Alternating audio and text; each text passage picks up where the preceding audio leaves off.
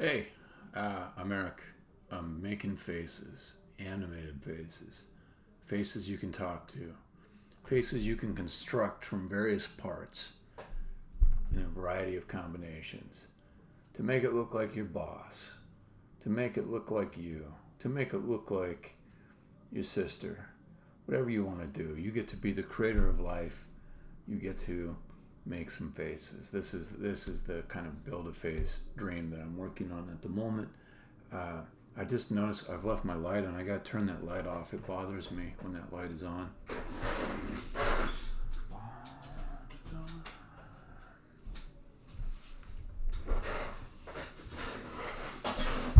All right, that's better for me.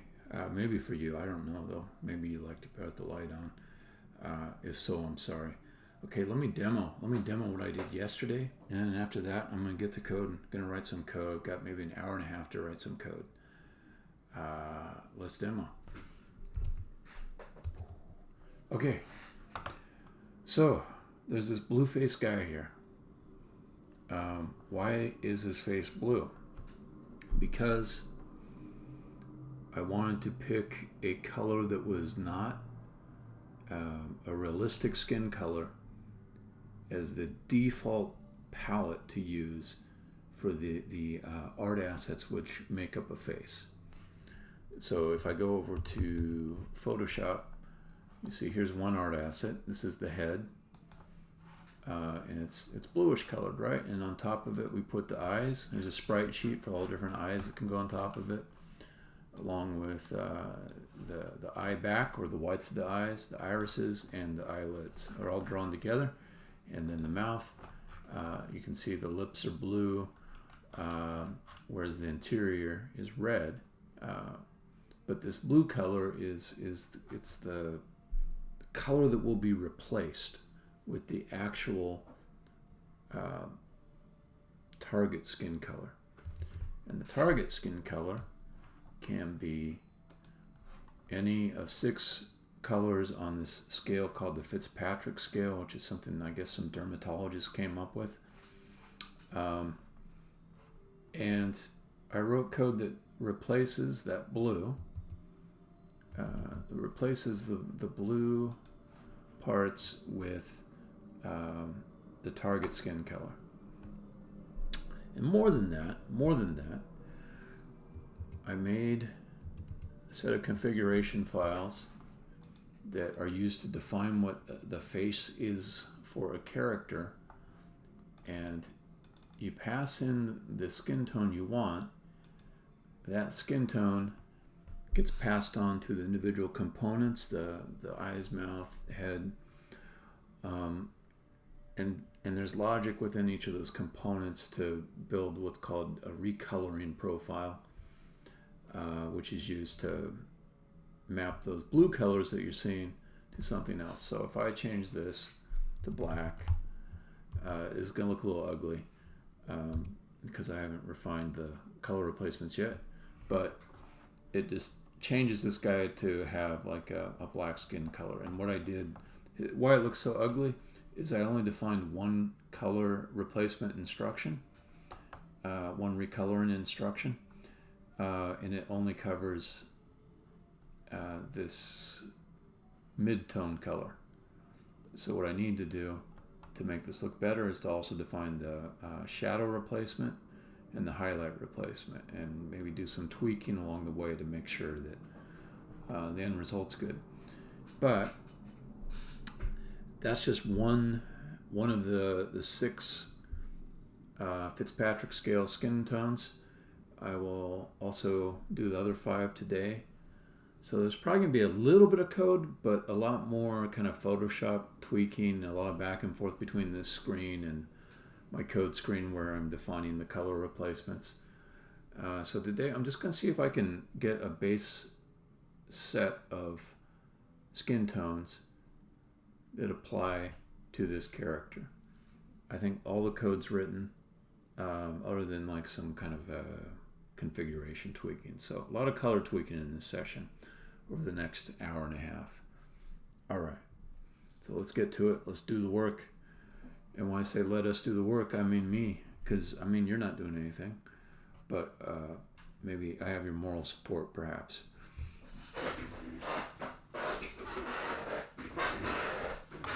Okay, so I'm replacing the midtones, but I am noticing that it's replacing some other stuff too, like this highlight and the hair back here. I think I'll bring the tolerance down just to see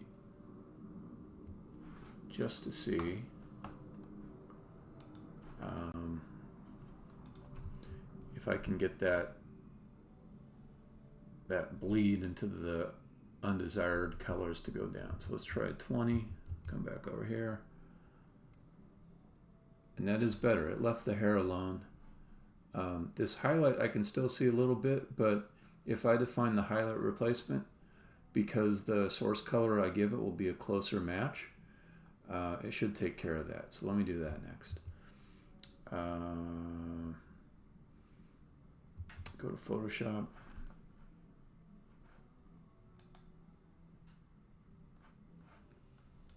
Let me think.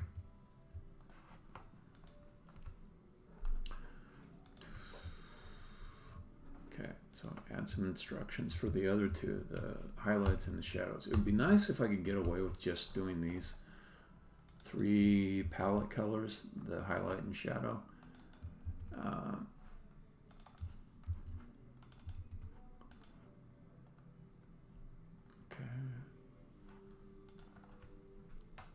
Then, I think, what would be a good way to come up with the color? I mean, I can just fiddle with it here, but it's kind of better if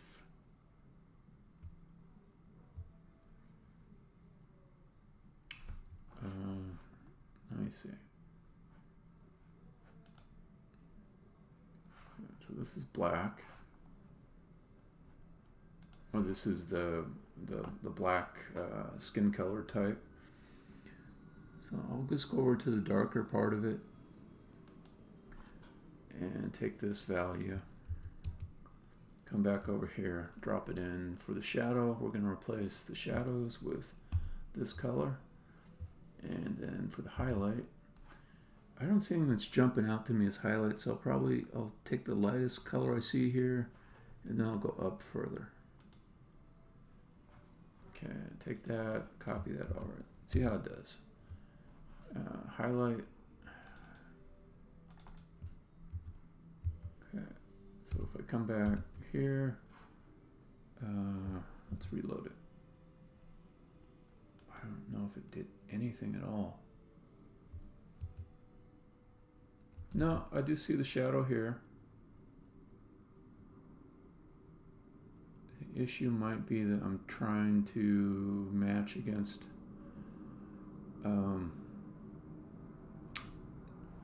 some more colors than I'm actually able to.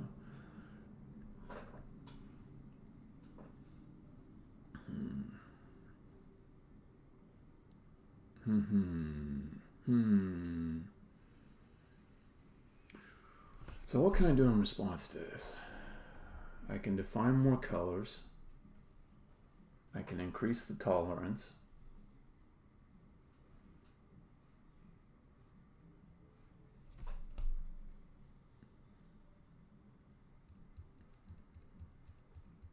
If I increase the tolerance, that might work, but it'll start to bleed into other areas, like the hair.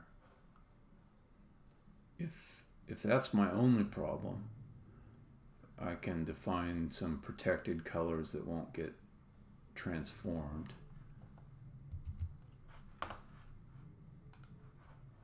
We take out midtone and highlight, see what the shadow looks like.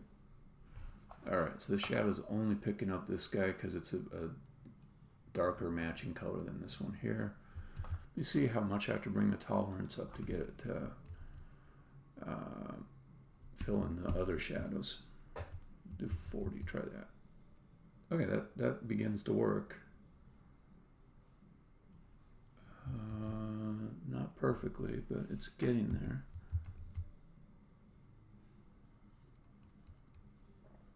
It's showing the blue a little bit.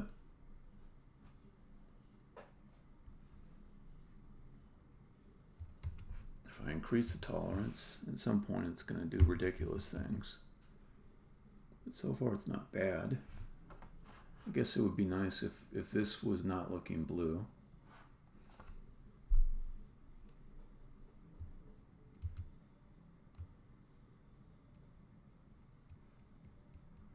Feels like I'm going to need more color replacement instructions in these three. But I'll keep going up until I prove that it's can't be done with the tolerance. Okay, so now it's starting to seep into the rest. It's interesting, it kind of doesn't look bad like this because it's not a flat out replacement. It's a gradient style replacement. It says depending on how close the source color is to the matching color, that's the amount that will represent the replacement color. And if it is not matching as well, it's going to let more of the source pixel show through in the recoloring. So let's take that and let's bring in the mid-tone next. Okay, and that's got these like little bits around here, which honestly that should be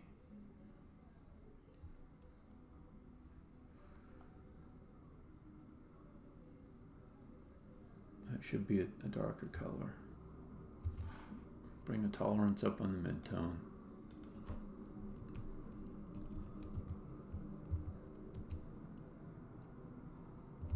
Okay, let's bring it up a lot.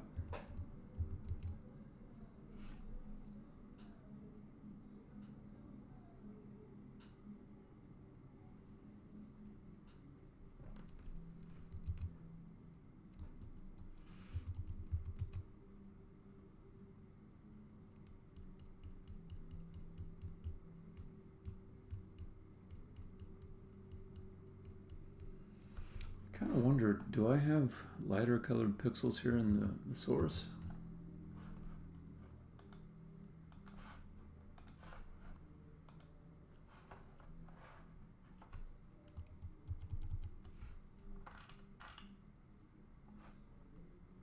Stuff like that. Is that what's showing? Is this what's showing?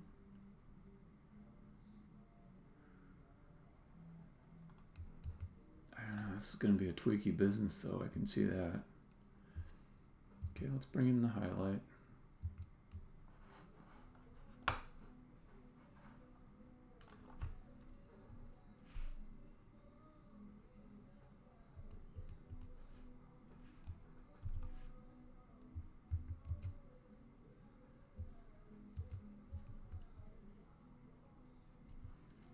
Feels like this should just be a brighter color, so let's do that.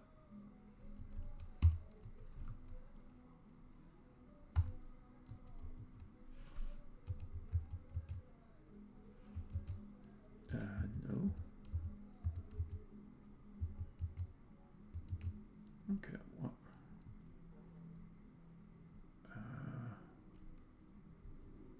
Oh, I screwed up there. Okay, so put that in there. 9, let's see what that's like. Okay, it's starting to look better. Still, it's got this line here around the edge.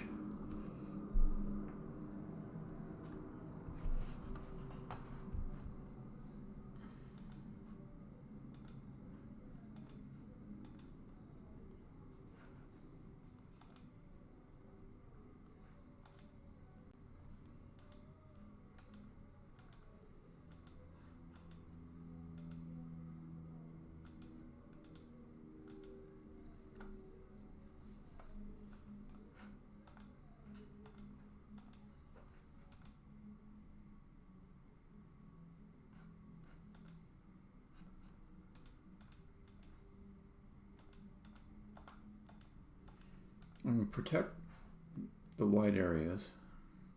That's no problem. I can fix that. It's these pixels that are bugging me.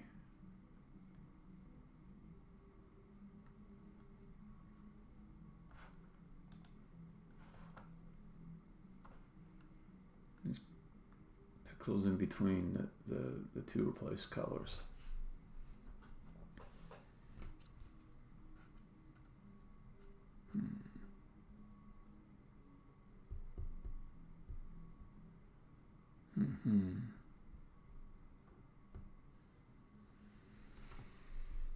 So I'm thinking about that.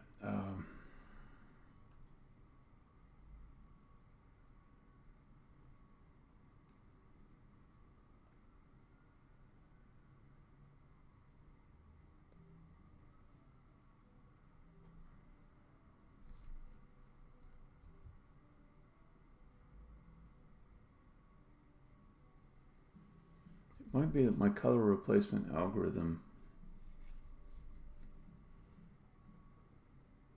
needs to do some more blending there.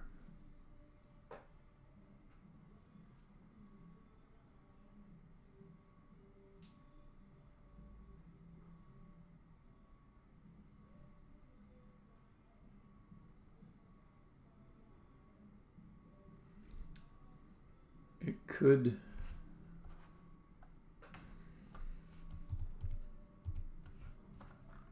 could blend multiple color replacements on one pixel. Right now it chooses one color replacement instruction and performs the replacement and ignores anything else that might apply to the same area.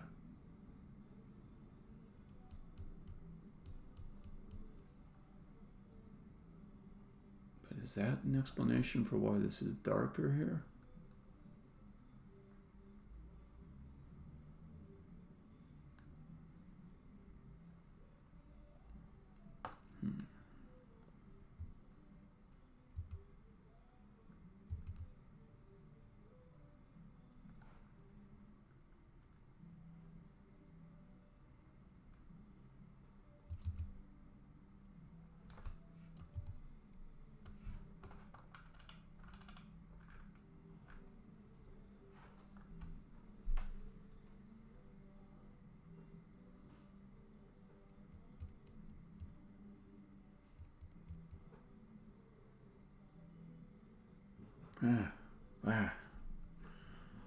These are kind of tricky to solve.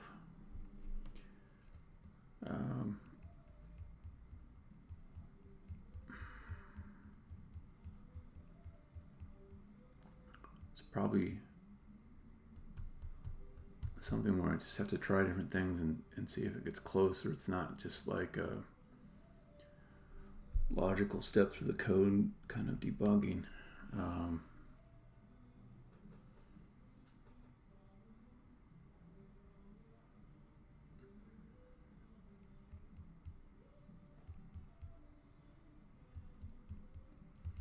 Okay, let me see what the smallest thing is I need to do in order to see that that artifact.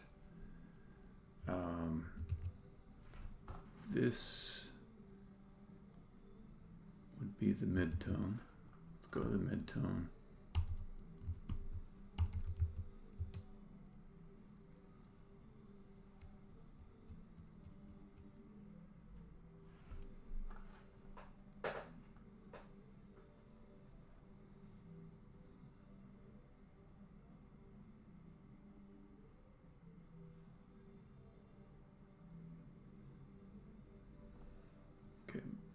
Midtone plus I'll go into the shadow next.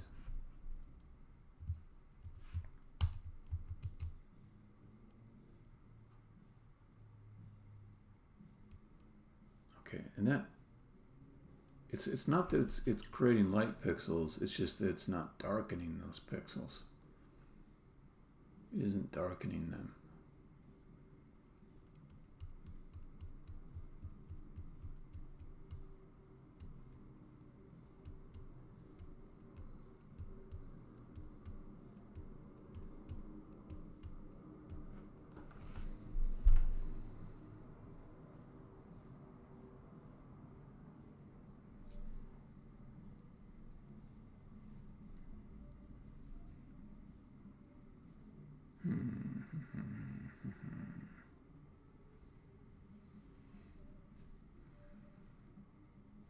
thinking on two problems here at the same time. One, how do I fix this? Two, how do I make the authoring process for the image assets straightforward and not tweaky? Because I don't want to have to, for every art asset, to work real hard to get all of these color replacements right. The thing I'm really after is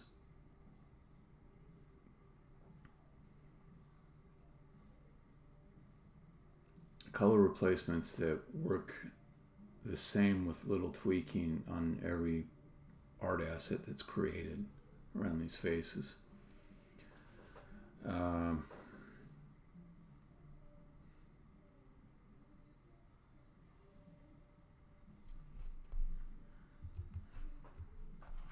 me turn off smoothing just to get a little view on this.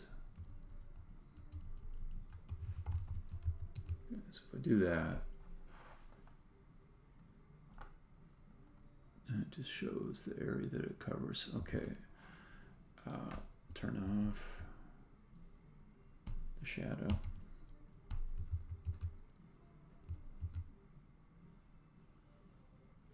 Wait, if I turn off smoothing, it fills in everything like that? Okay. Oh, right, yeah, right, okay. So then let's go, bring this down to 20. All right.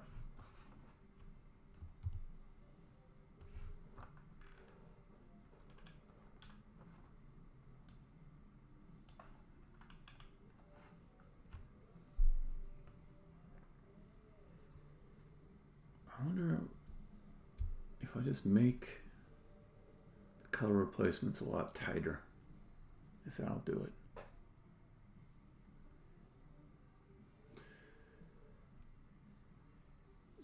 Yeah, but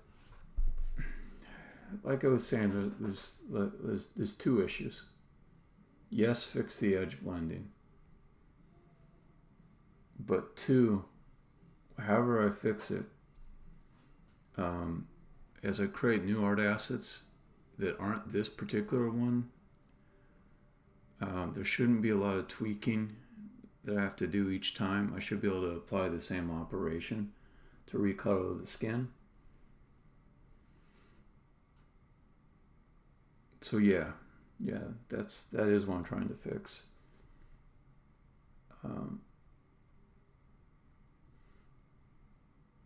But the overall goal is you've got art assets that come in with a palette like this. I don't know what Poirot channel masks are. Color channel masks. Okay, are you talking about something in code or something in like Photoshop? Because the color remapping is happening in code.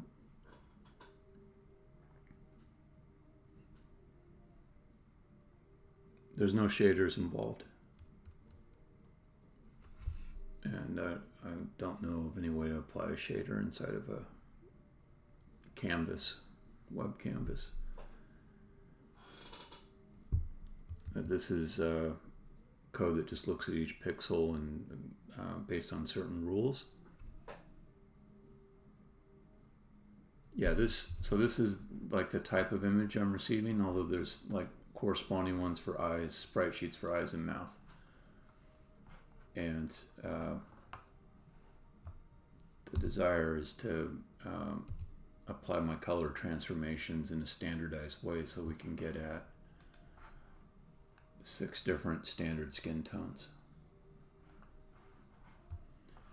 The color replacement code works, and I can tweak it to get good results, but I don't want the tweaky. I do not want to be tweaking on every art asset. I just want a pipeline, you know, like a nice, smooth, streamlined pipeline.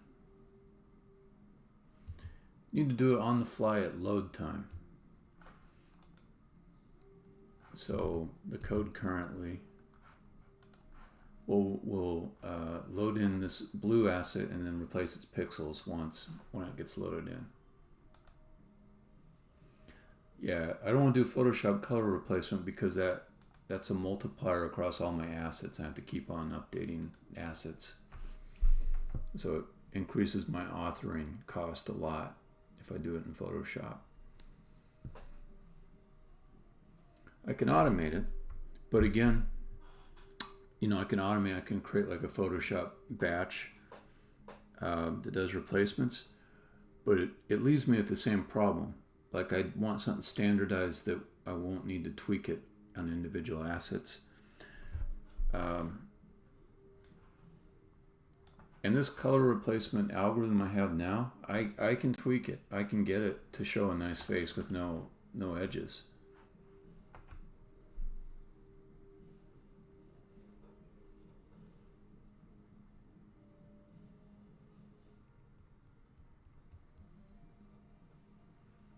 I think you should just mess with HS hue saturation, whatever the last one is, and call it a day. Do you mean apply a generalized filter to all the pixels in the image? Or are you saying, okay. Well, okay, I could show you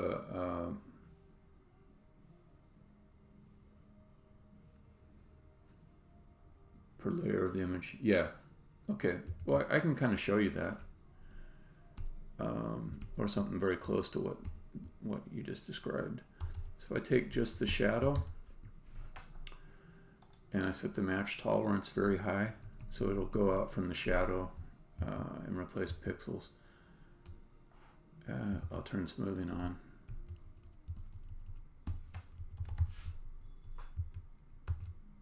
Okay, so that's kind of like that. I can tweak it so it goes a little further than that.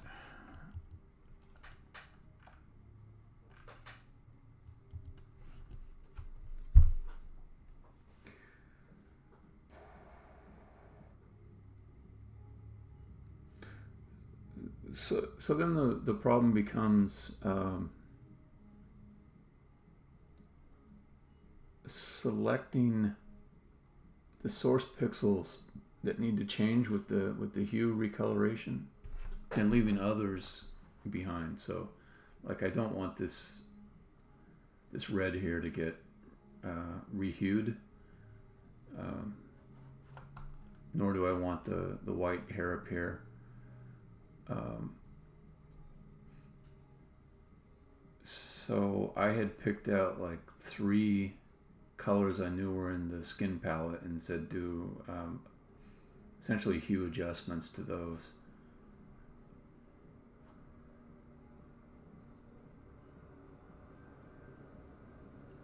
Yeah, I mean, like, so I could take the eyebrows off, okay? For example, I could take the hair off. This hair is an example of an asset that really you want to author it together with the rest of the stuff. This is kind of like the Bart Simpson style hair where it's built into the rest of what you do. So if you say, okay, let's mask this out, have it be on a separate layer, that's a lot of authoring work. I mean, it's not implausible, but understand, like, I'm trying to come up with a very streamlined workflow, so that I don't have to spend a lot of time with myself or with the artists that I coordinate and saying, oh, but you need to chop out the hair on a separate layer and stuff like that. So I'm designing the workflow too, and some things that I would normally just do with Photoshop authoring really very quickly, even like with everything you said, I could do really quickly. When you multiply it across all the assets I want to create, it's worth investing in the workflow to automate some things. There's like a lot of stuff I've already automated just to keep that workflow, the authoring workflow, simpler. Like, for example, you don't have to define a masking area where the eyes poke through. It's just detected automatically.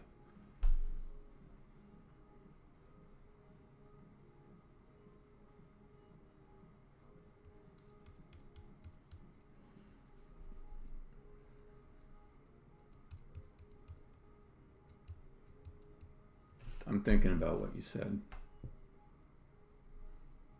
I'm trying not to just argue for the sake of arguing.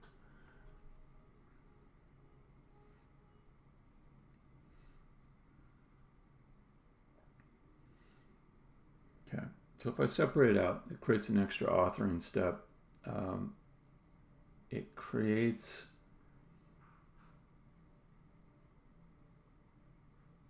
also like a thing that makes the face builder difficult too. So there's, okay, so sorry to complicate this, but there's one extra use case in this, or one extra user. So you've got me writing the code, you've got the artist creating the art assets.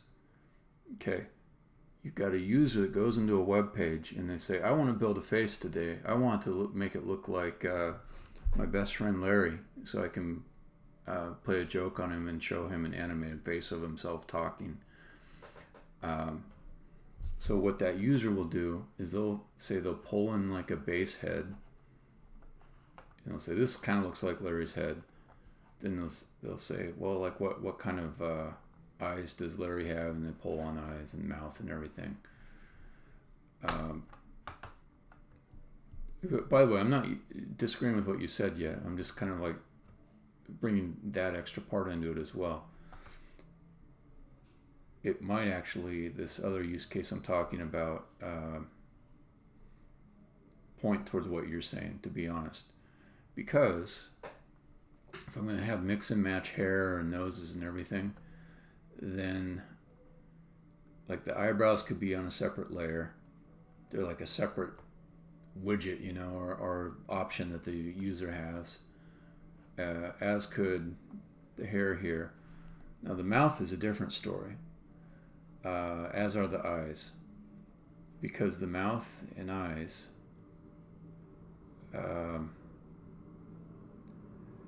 they're things that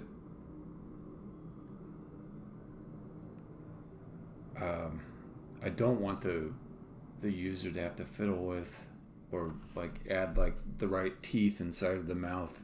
Like the mouth is such a complicated beast, or the eyes are, that I just want them to be something you just pull over and then they plop in, no fiddling with it. So I need enough logic to distinguish between the colors correctly inside of those assets.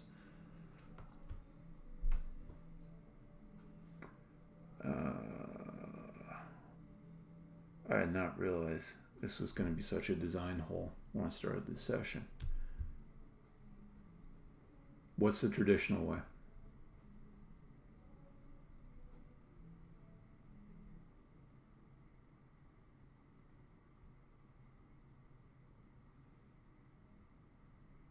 You're saying authored masks or Photoshop masks, as opposed to generated masks that would analyze the image with some criteria.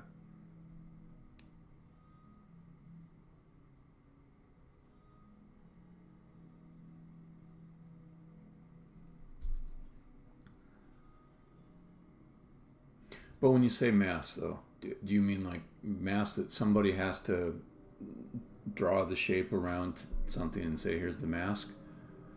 Or do you mean masks that are automatically generated?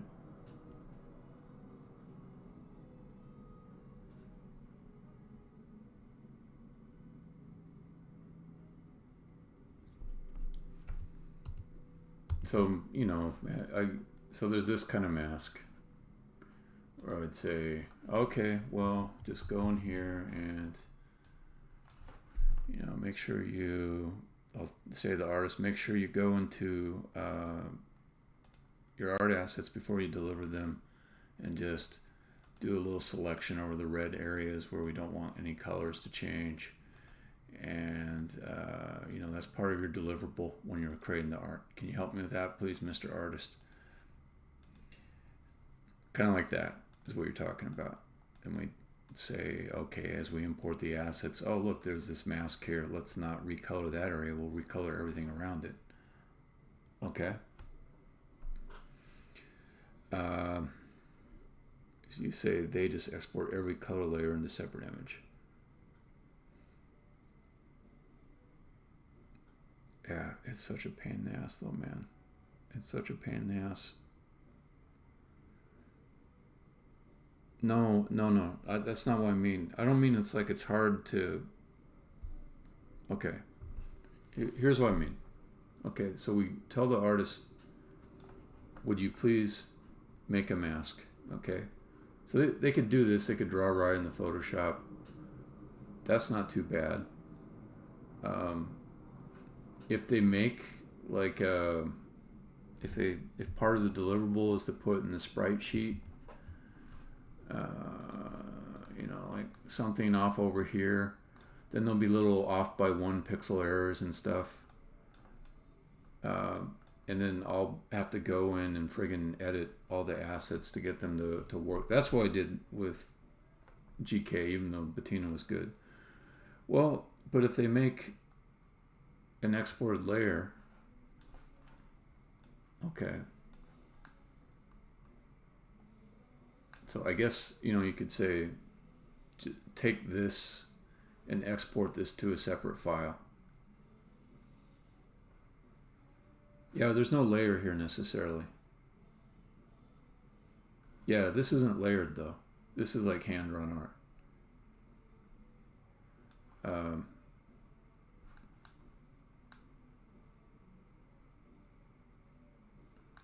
Not necessarily, because a lot of times when you're working with a pen and ink kind of style, you don't draw everything layered out like that. And it can actually be an impediment to getting the style you want, to have everything overlayered.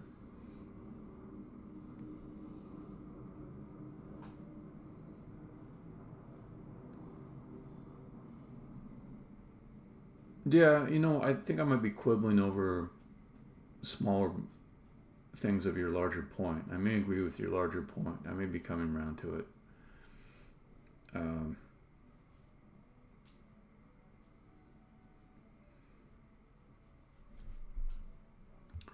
So let me start mapping this out a little bit.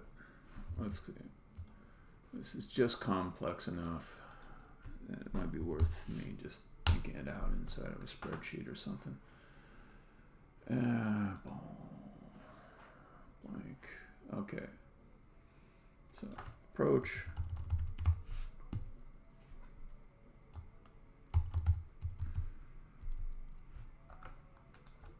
Pros. Cons.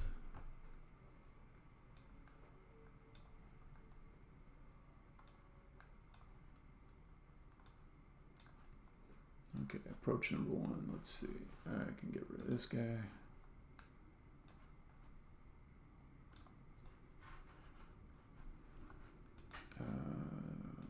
Okay, I'm going to come back to your links in a moment. I'm just going to start putting my thoughts out before I lose them. Because my brain is like a sieve. Okay, so let's do yours first.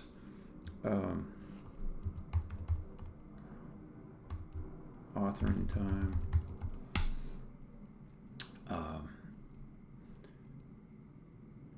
Just say that the masked areas are part of deliverables exported to separate layer or something. There would be different ways to do that, but and then say you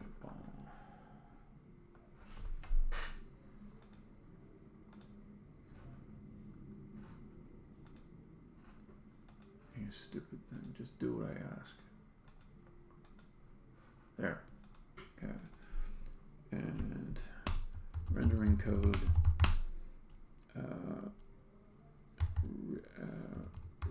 Not rendering code. Dang it. Load time.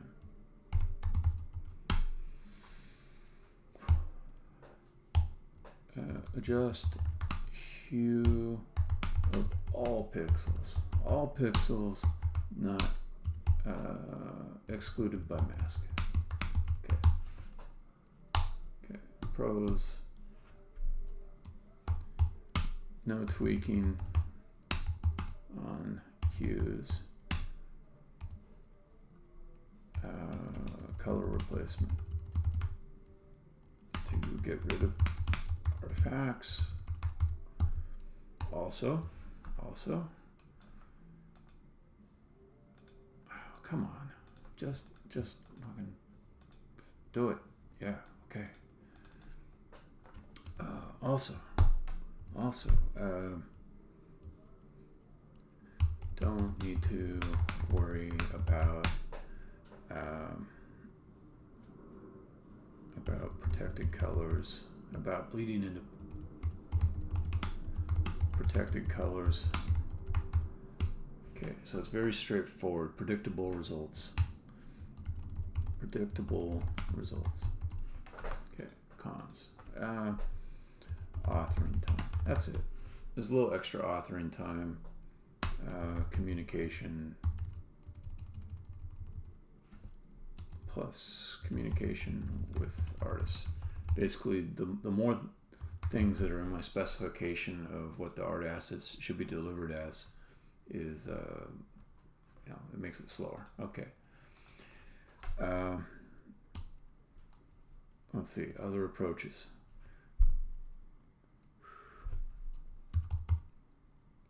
Color replacement. Let's see now. Load time.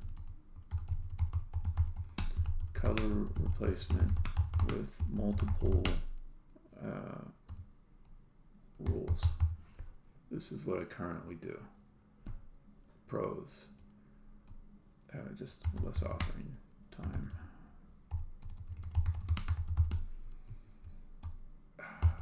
Lots of tweaking. Get rid of artifacts.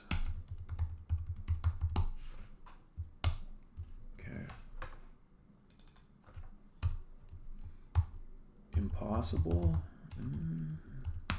to have one set of palettes, one set of recoloring rules that works with most of assets untweaked. I don't want all that tweaking time. I really don't. And actually, all this tweaking time would be a lot more than the authoring time. Okay, so now I'm going to go look at your link. Okay.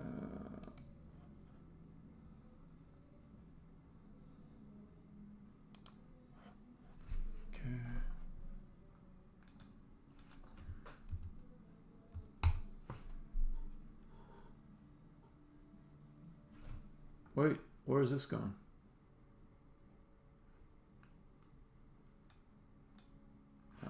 That's not the right. Okay, hold on. See, you linked me above. Oh, okay. Never mind. Let me just go over to here to get the friggin' link. So I've got it on the other screen, but it's not so easy to. It's just not so easy to grab the links. Chat, where's the... You'd have to post them again. You would have to post them again, or I'd have to figure out how to copy and paste across here. Let's do that. Okay, I'll repost the link. And then...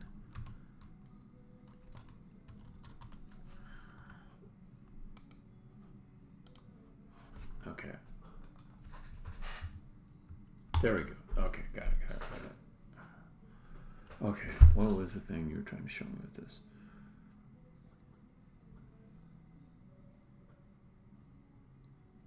Okay, and then you gave me a second image, which I'll bring up.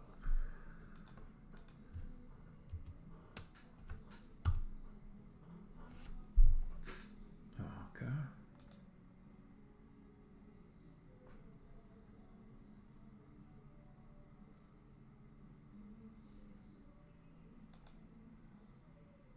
Yeah, I'm not sure. I'm not sure what point you're making with that, with these images, though.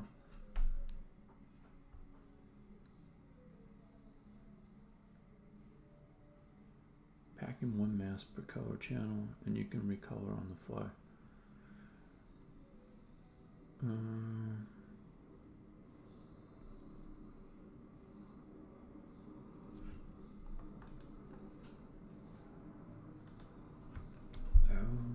The phrase "packing one mask per color channel." Packing one mask per color channel. I kind of know what all those words mean, but I don't know specifically what you mean. Like, okay, like the red channel is a mask.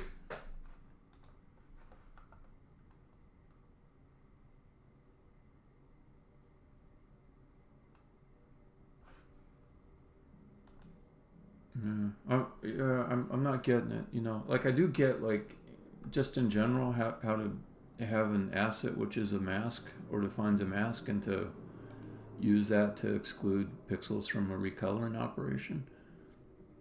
I mean, I do get that. I just don't know if you're calling my attention to something, some further technique that I might be missing, or a concept I might be missing.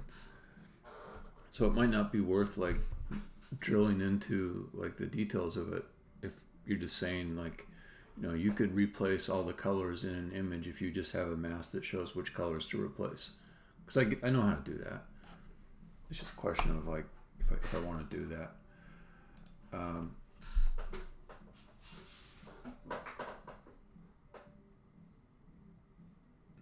Okay, I'm thinking about other approaches just so before I start doing something, I'll have made a well-considered decision.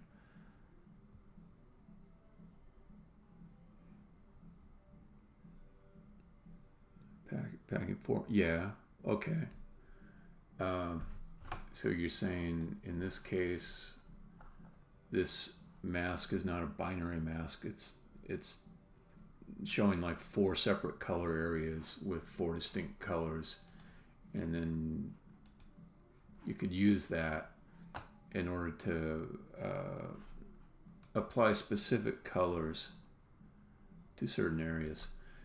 And that is actually much closer to my current implementation than just changing the whole hue of it. Because in all honesty, I had picked 3 colors. Why do I say in all honesty? Of course, all honesty. The phrases that come out of my mouth are weird. So I'd picked 3 colors. This is in some weird kind of way that mask. I could be more specific about the coloration though. Like I could make like these flat areas or something like that.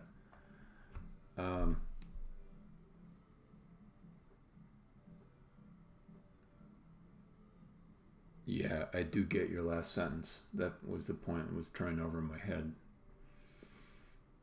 Yeah. Since it's not just a flat color replacement, and because I want to preserve like the pixels that are not exactly matching those but still contain information that blends into the next, if I avoid replacing the individual colors, I will just apply a single transformation to all pixels that should be affected that are part of skin. And since I'm applying the same transformation to all those pixels that are skin pixels, it's not going to have those artifacts where the 2 different colors join. So that I think I'm agreeing with a lot right now, at least as far as like that idea has promise in and of itself. So let me just use Photoshop to see how far we can get with that. So let's just change the hue.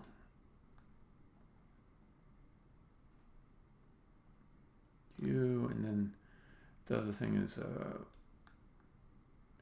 lightness and saturation.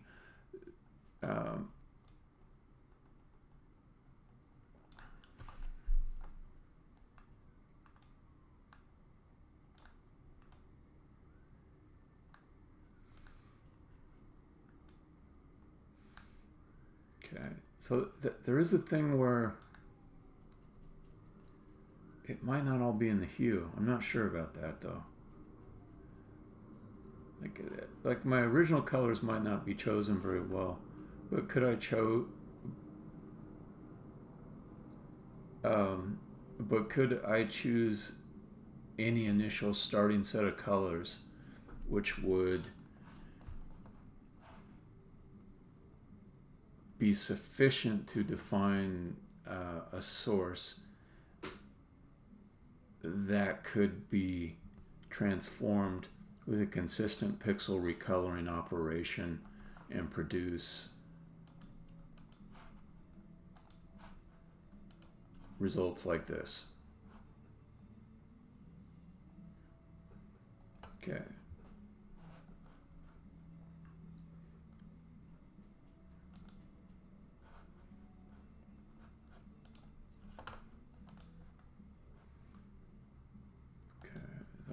I'll play with hue just a little bit more.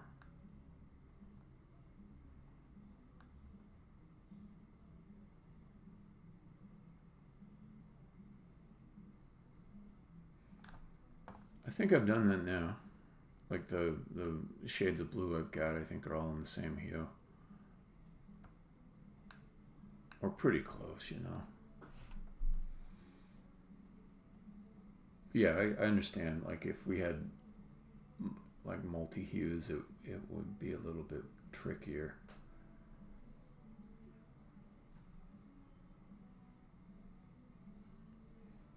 Yeah. But like, yeah, okay. Let me also try there's like a color replacement. Color, where is it? I never use this. Okay, but if I say, okay, let's take this and okay, get it so that it matches the area I'm expecting.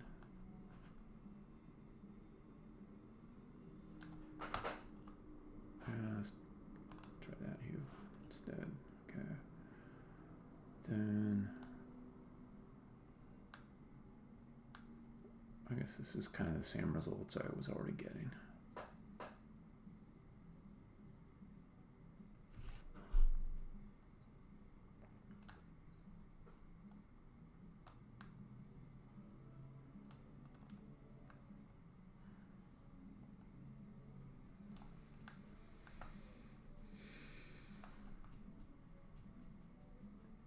Okay.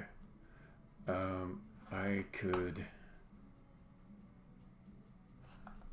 also be adjusting other things besides hue.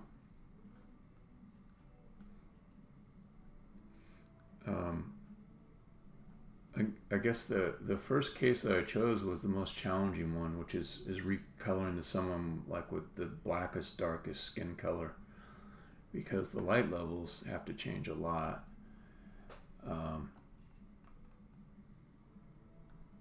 It's not just the hue. I do feel like all of those things can be corrected for. Like, I mean, there's brightness and contrast. You know, we could just bring that down. There should be some combination of operations that would work, though. So we take that.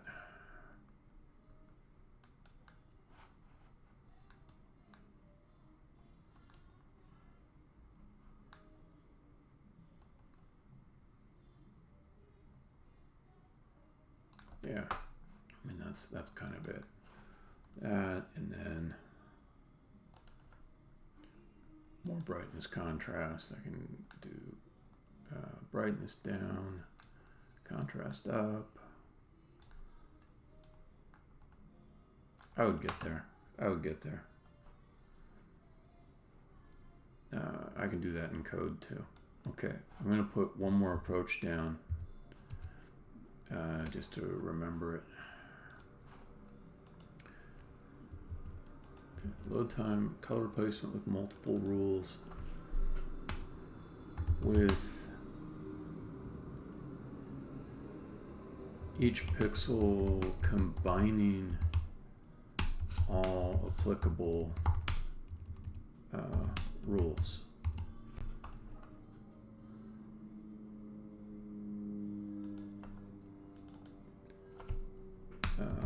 With each pixel using the closest matching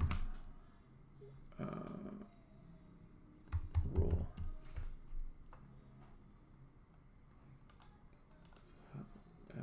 Closest matching rule. Source pixel color to match color diff. So that's the current algorithm. What I could do though is I could say we'll take all of those color replacement rules, all 3 or 5 or 7 of them, and instead of just picking the one which most closely applies to a given pixel, just apply every rule that would potentially affect the pixel. Less authoring time, more coding time. Maybe it does not work. Maybe it does not remove artifacts. So it's a theory that it could remove the artifacts, but like this first one, your idea, I'm 100% sure it would remove the artifacts. This one, it's, yeah, I might code on it for like 8 hours or something and then find out that it's still fakaka.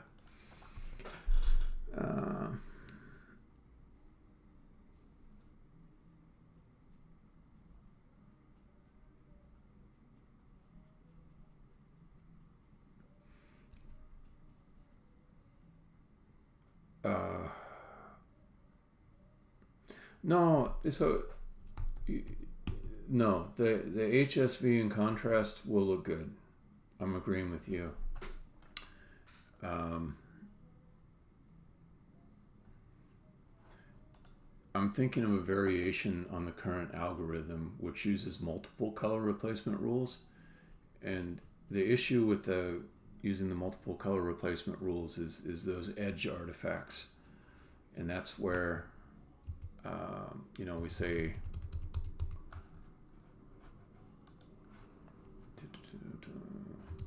let me turn on the other ones.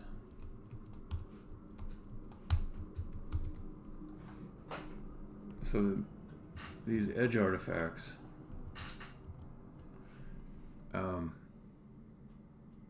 what they're doing is they're saying currently that one of the color replacement rules applies to each pixel. So I get to, I get to this pixel in the middle of the cheek. It's really, really clear. There's only one rule that applies to it, which is the color replacement rule for the midtone.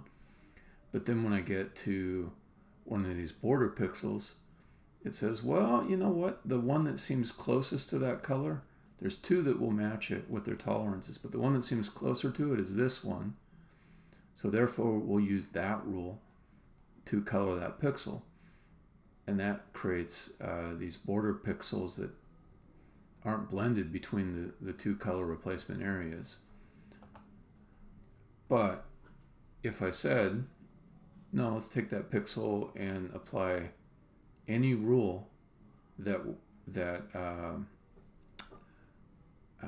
would match against it, but blended between the extent to which each rule matches, then I would probably get a blended pixel. So say that this pixel right here is actually like 51% this close of a match to this rule, and then 49% to this rule. Instead of it drawing like it's just a single color in line with this rule, it would draw halfway between.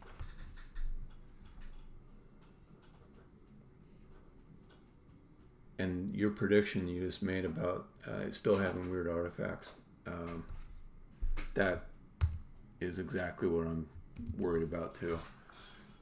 So like I said, maybe it does not remove artifacts because like my gut says like yours, probably it's still going to be off in some way. And, you know, maybe some more days go by. Maybe I give up and just go to masking. So like masking is a thing that like I'm 100% sure will work.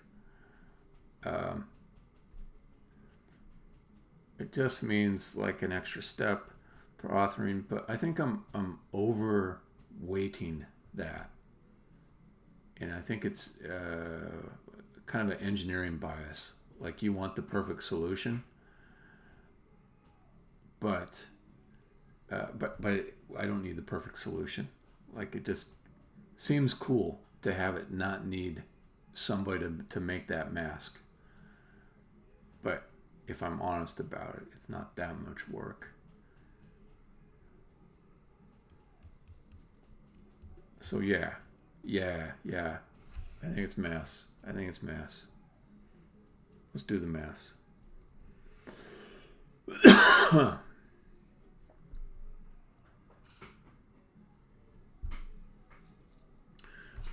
Don't get me wrong, this is still going to be a fair amount of time, but I mean not to the stuff here. There's like some coding time. Like this will take me a little while. Probably take me like I don't know, maybe 6 hours total, but spread over days.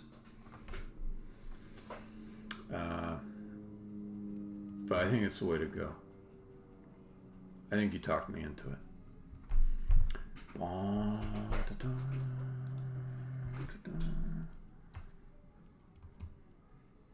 Face colorization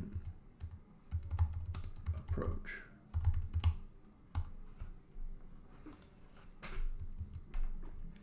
Okay. Well, man, got like a half hour left. I want to do something besides design in this session. I'm just thinking any little tasks I can do like a half hour on.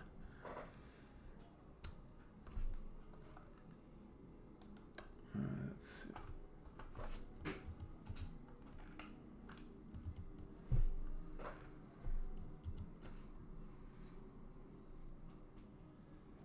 I know what I'll do. I'll write the start of a rehewer. I'll write the start of one.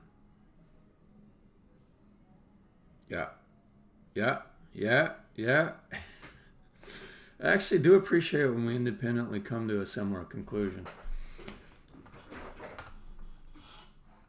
All right, color util.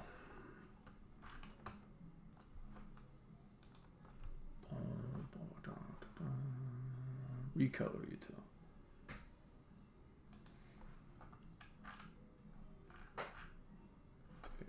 Here's like the current logic. It looks complex, but it's not too bad, honestly. It covers a fair number of options. All right, but let's just get something. Let's call it recolor pixels 2. And I'm not going to worry about saying how to recolor. I'm just going to pass something in I'll hard code. Okay.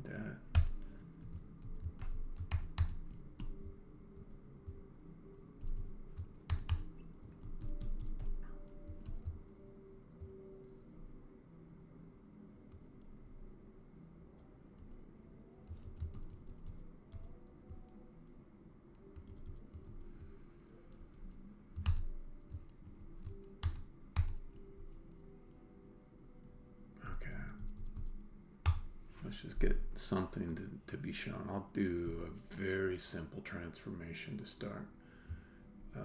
We'll say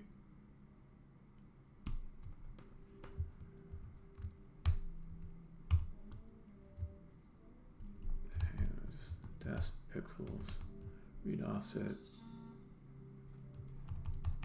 equals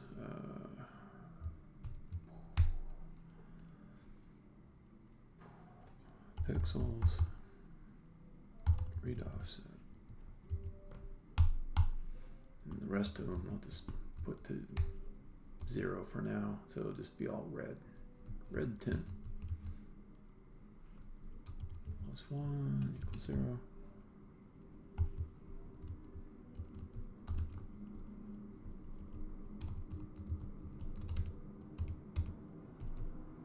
Okay, then what am I doing there? Oh.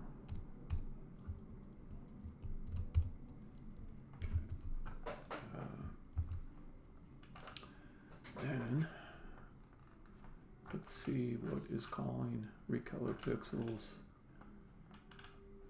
Recolor bitmap by profile. Let's do this. Recolor pixels test. Or here.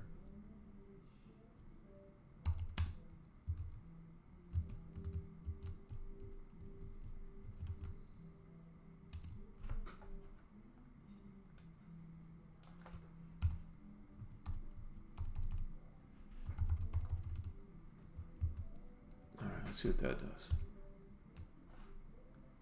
Oh, come on.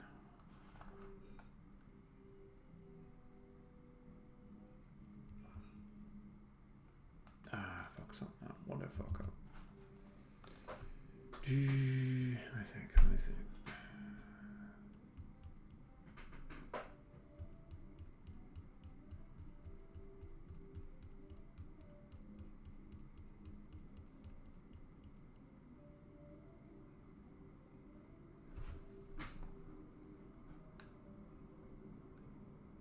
Test.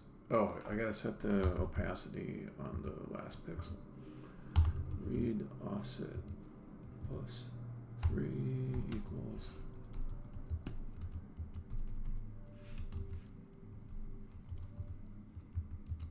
There we go. All right. Wow, he's looking pretty red-faced. Cool.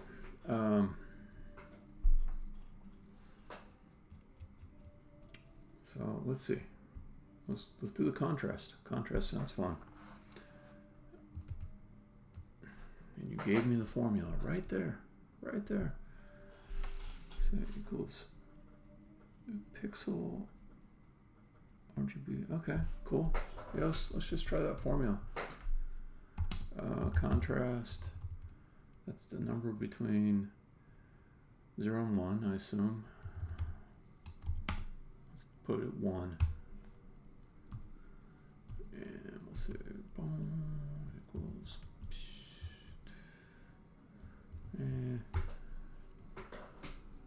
function.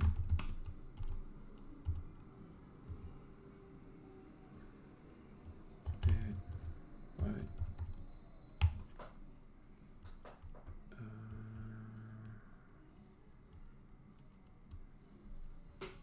Offset.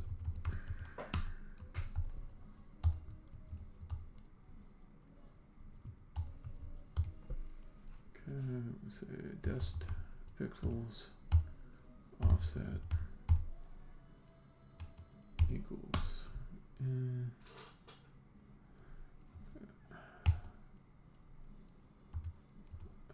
pixels offset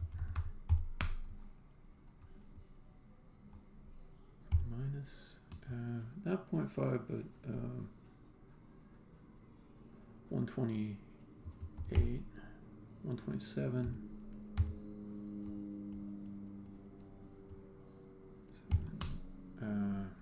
times contrast, then add 127 back.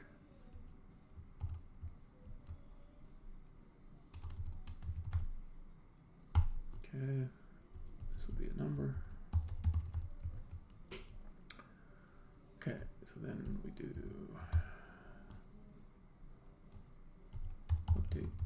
light. I can make this a little bit easier. Read offset plus byte now.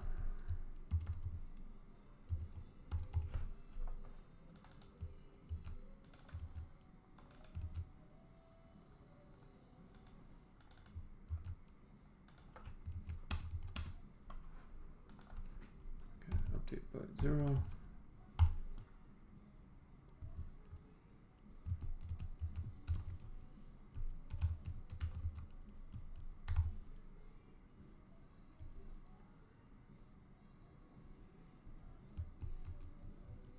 Okay, that stays the same. Okay, see what that does.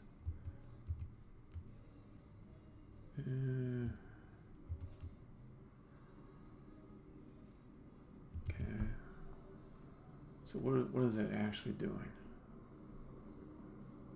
It's reducing the coloration to a half value. It's multiplying that by 1, which does nothing. That's okay. I don't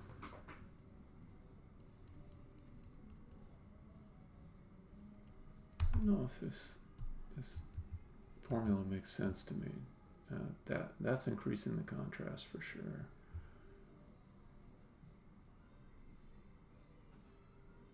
Okay, so between 1 and 2, 1.5. Let's try 1.5. Oh yeah, that is kind of contrast.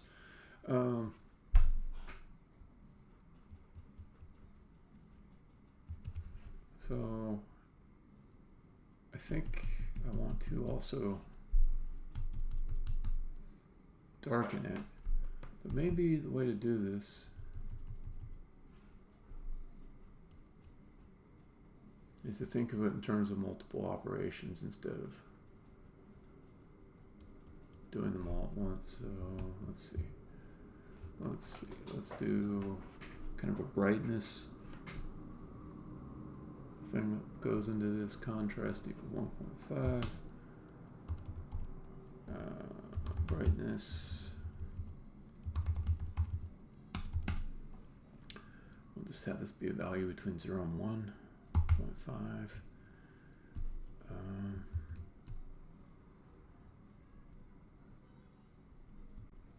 All right. So if I just lower the brightness of it.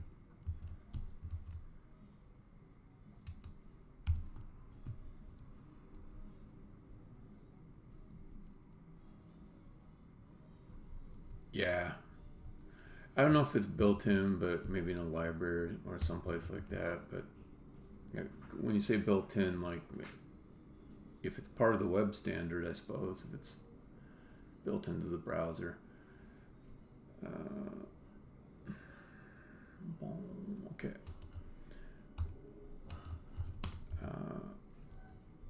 I'm a little bit biased against using other people's libraries, but I'm not a complete dummy about it. Okay, so let's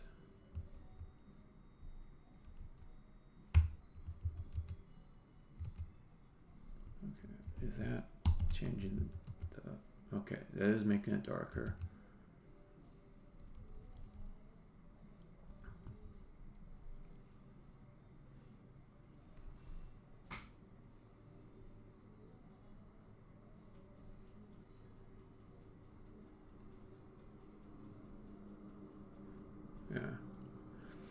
Yeah. I mean, I'm pretty sure I can get this right. I think like the way to do it is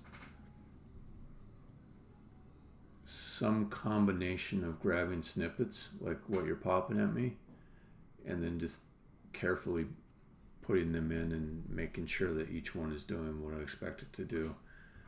I think I will go down that path, but not in the next 15 minutes before I head off to dinner. So I'm just kind of playing around a bit right now. Cool. Let's see. Okay, convert RGB to HSV, then adjust the hue saturation. What does HSV stand for? Hue saturation value? What does HSV stand for? Hue saturation value. Yeah, okay.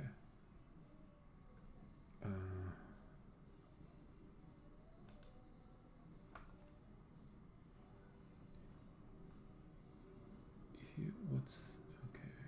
So hue saturation value. And then let's go. Come over here. HSB. It's not the same thing.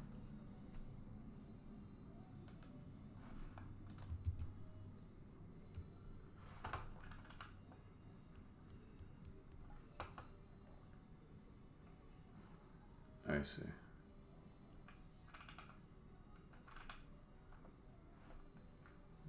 Value or brightness. Oh, okay, that helps. I didn't. That V wasn't reading as anything to me. Now I get it. So that's actually what Adobe means with HSB. Hue saturation brightness. Same thing as HSV. Okay. Let's take a look at this Stack Overflow.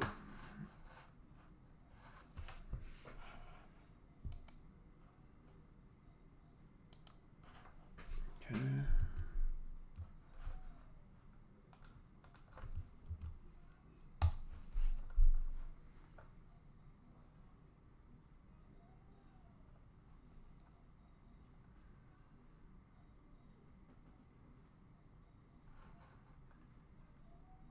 RGB to HSV. And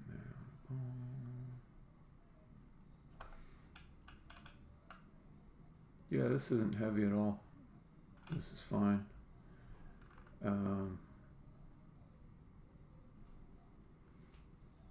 And then I could put contrast on top of that and probably get to where I want to go. Because like that's seems to be necessary to add that contrast back in when you get some of a darker skin tone, because if I just turn the brightness down, the value down, it will wash out the highlights around the nose and stuff.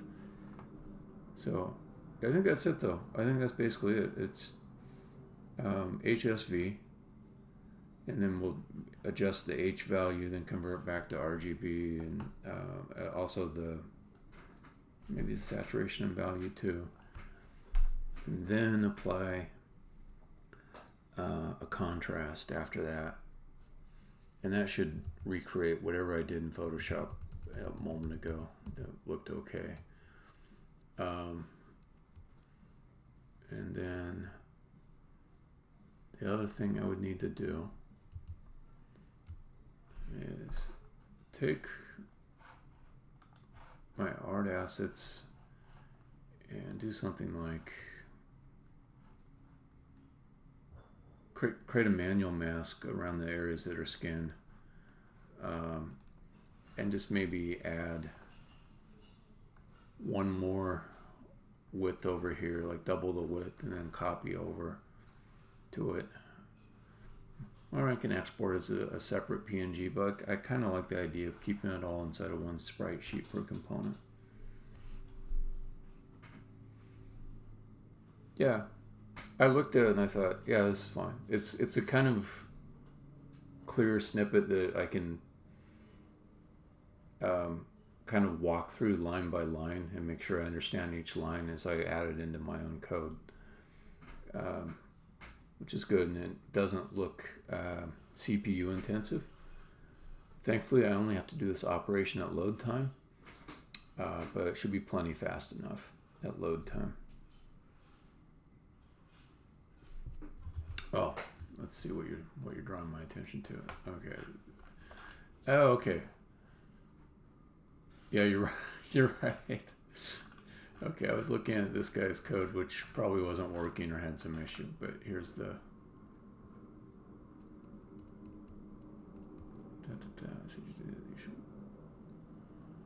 written with the GPU in mind. Oh, okay, I'm gonna think about this a little bit.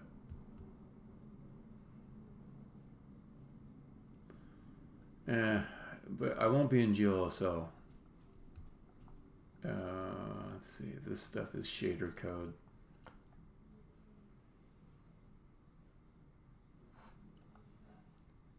I mean, that's fine. I can find the equivalent of this though. It's not shader specific, or I can do a translation. Yeah, I think you're right.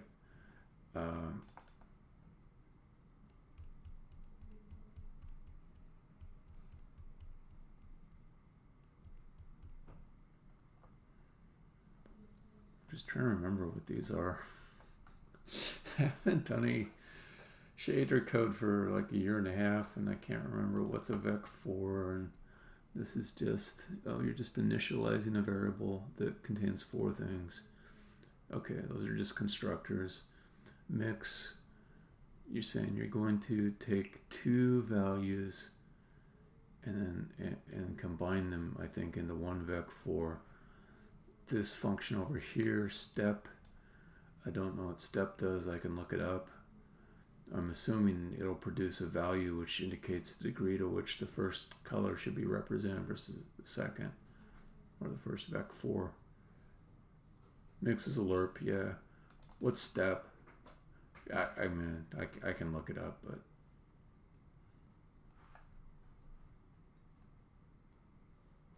step is an if else. So you're saying step CB or CG?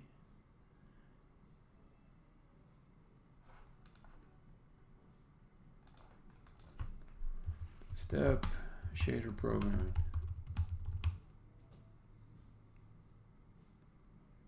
Oh, I see.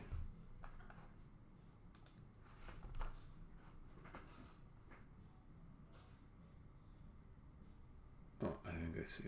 Okay, step less than 0.5 first value, greater than 0.5 second value.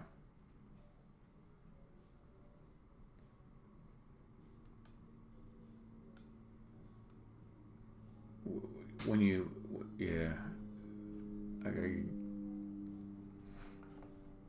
when you say greater than or less than 0.5, I'm not sure what thing is being compared against that threshold. I just see first value and second value, and I don't know what's being compared against 0.5. If what is greater than 0.5 though.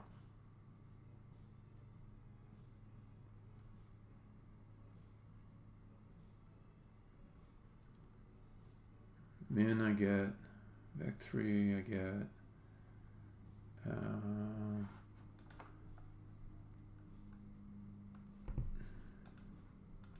okay, step, shader programming.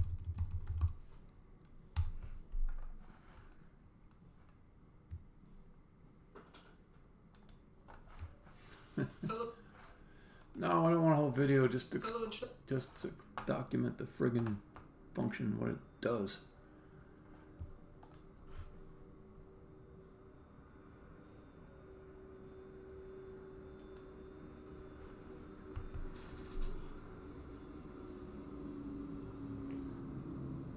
Okay, so that should return 1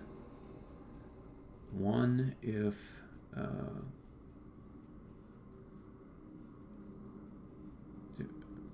that should return 1 or 0 based on if the second value is greater than the first. Okay, I think I get it. So going back to this function, we would say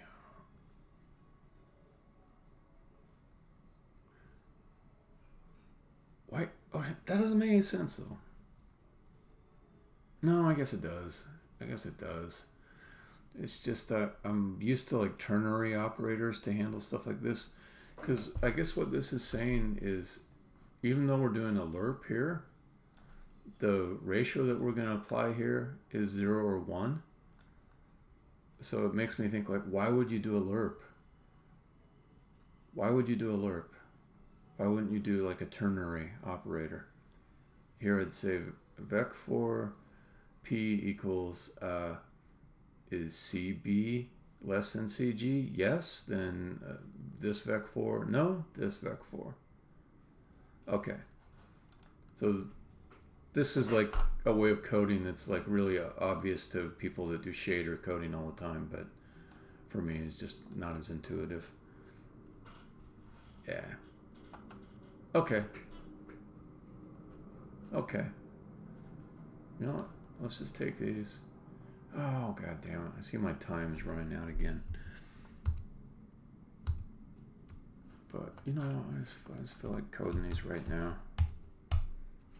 Just feel like coding them now. Just want to do them now.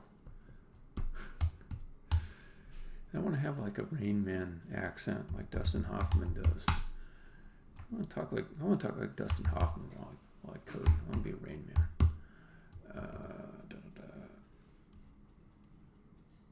Okay, you know what? Let's both peace out together. Let's do it. Let's just go.